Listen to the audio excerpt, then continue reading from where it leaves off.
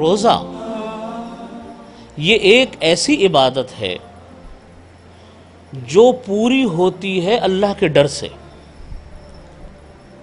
کوئی دنیا کا قانون، کوئی معاشرتی دباؤ، کوئی گھریلو دباؤ روزے کو پورا نہیں کروا سکتا. آپ اگر کوئی انسان یہ چاہے کہ وہ روزہ نہ رکھے تو ٹھیک ہے، سب کے سامنے سحری کر لی، سب کے سامنے افطاری کر لی، کمرے میں بیٹھا ہوا ہے اور جا کر اس نے پانی پی لیا، فریج سے نکال کر کون دیکھنے والا ہے؟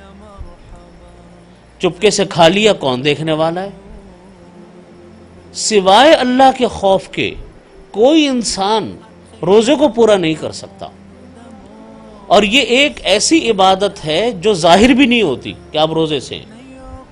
کیا ظاہر ہوگی؟ نماز آپ پڑھتے ہیں تو ظاہر ہوتا ہے کہ آپ نے نماز پڑھی، حج آپ کرتے ہیں تو ظاہر ہوتا ہے کہ آپ نے حج ادا کیا، زکوٰۃ آپ دیتے ہیں تو لینے والا اس کو کم از کم دیکھتا تو ہے.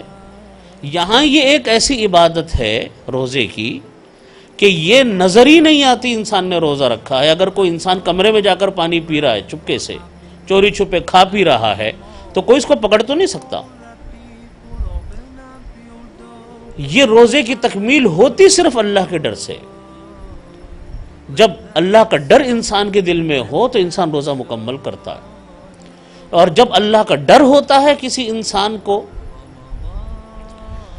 تو وہ گرمی ہو، سردی ہو، لمبا روزہ ہو، چھوٹا روزہ ہو، مشکل روزہ ہو، آسان روزہ ہو، وہ رکھے گا. روزہ دار کو تو روزہ رکھنا ہے، روزہ دار کو روزہ چھوڑنا نہیں ہے، وہ تو ہر صورت میں روزہ رکھے گا.